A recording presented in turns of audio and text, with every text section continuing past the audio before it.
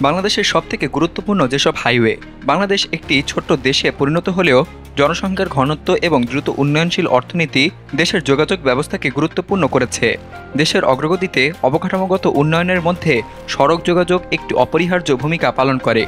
Highway অথবা মহাসড়ক বাংলাদেশের অর্থনৈতিক, সামাজিক এবং সাংস্কৃতিক উন্নয়নের অন্যতম প্রধান হাতিয়ার।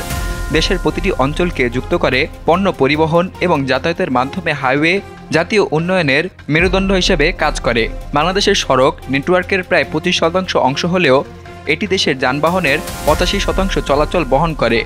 এ কারণে দেশের উন্নয়নে এই গুরুত্বপূর্ণ অবকাঠামো রক্ষা এবং সম্প্রসারণ অত্যন্ত জরুরি। বাংলাদেশের হাইওয়েগুলোর মধ্যে প্রথমে রয়েছে ঢাকা-চট্টগ্রাম মহাসড়ক। ঢাকা-চট্টগ্রাম মহাসড়ক দেশের সবথেকে গুরুত্বপূর্ণ এবং ব্যস্ততম রুট। এটি প্রায় 260 কিলোমিটার দীর্ঘ। রাজধানী ঢাকা থেকে শুরু হয়ে দেশের প্রধান বন্দরনগরী চট্টগ্রাম পর্যন্ত এই সড়ক দেশীয় এবং আন্তর্জাতিক বাণিজ্যের মূল প্রবাহ বহন করে। দেশের মোট আমদানি এবং রপ্তানির 90% বাণিজ্য এই রুটের মাধ্যমে সম্পন্ন হয়।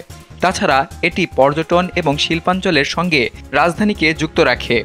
এই মহাসড়কের উন্নয়নে সড়ক বিভিন্ন সময়ে কাজ করেছে, যেমন সড়কের সম্প্রসারণ, ডাবল লেন থেকে 4 লেন করা এবং নিরাপত্তা ব্যবস্থা জোরদার করা। সড়কটি দেশের আর্থসামাজিক কার্যক্রমকে গতিশীল করার পাশাপাশি জনজীবনের সুষ্ঠু পরিবহন নিশ্চিত করে। এরপরে রয়েছে ঢাকা-রাজশাহী মহাসড়ক। ঢাকা থেকে রাজশাহী পর্যন্ত এই মহাসড়ক দেশের উত্তর পশ্চিম অঞ্চলের প্রধান সড়ক।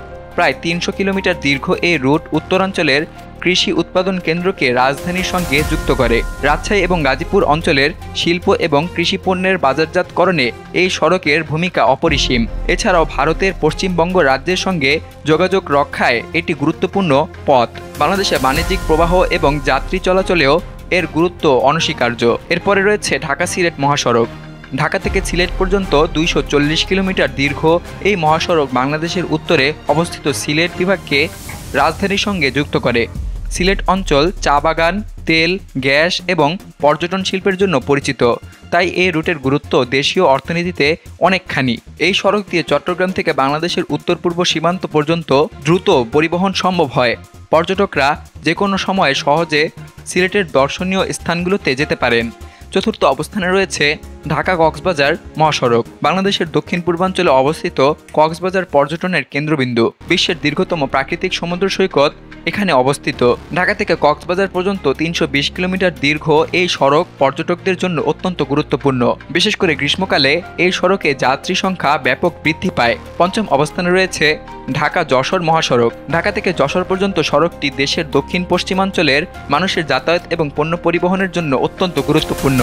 যশোর অঞ্চল কৃষি, হস্তশিল্প এবং খাদ্য উৎপাদনে সমৃদ্ধ। এই সড়ক এলাকার অর্থনৈতিক কর্মকাণ্ডকে গতিশীল করে। এই রুট দিয়ে পার্শ্ববর্তী পশ্চিমবঙ্গের সীমানার সঙ্গে যোগাযোগ স্থাপিত হওয়ায় বাণিজ্য এবং সাংস্কৃতিক বিনিময়েও বৃদ্ধি পেয়েছে। এরপরে রয়েছে নরসিংদী-মুন্সিগঞ্জ সংযোগ সড়ক। ঢাকার উপকণ্ঠে অবস্থিত নরসিংদী এবং মুন্সিগঞ্জ উপজেলা শিল্প এবং কৃষিক্ষেত্রে গুরুত্বপূর্ণ। এই দুই অঞ্চলের মধ্যে দ্রুত এবং নিরাপদ যাতায়াতের জন্য বিভিন্ন সংযোগ সড়ক নির্মিত হয়েছে। এই রুট স্থানীয় ব্যবসা, কৃষি পণ্য পরিবহন এবং জনসাধারণের চলাচলের জন্য অপরিহার্য। সরকার এই এলাকায় নতুন সড়ক নির্মাণ এবং মেরামত করে স্থানীয় অর্থনীতি উন্নয়নে ভূমিকা রাখছে। বাংলাদেশের হাইওয়ে ব্যবস্থা দেশের অর্থনৈতিক উন্নয়ন এবং সামাজিক যোগাযোগের মূল চালিকা শক্তি।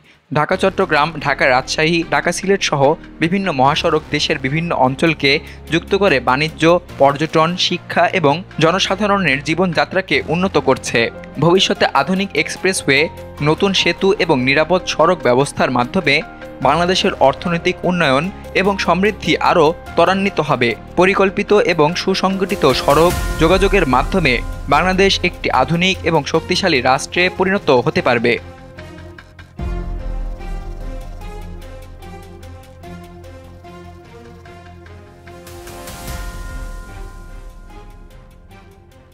বিলিয়ানুর, নিউজ ডেস্ক, বাংলাদেশ কণ্ঠ, ঢাকা।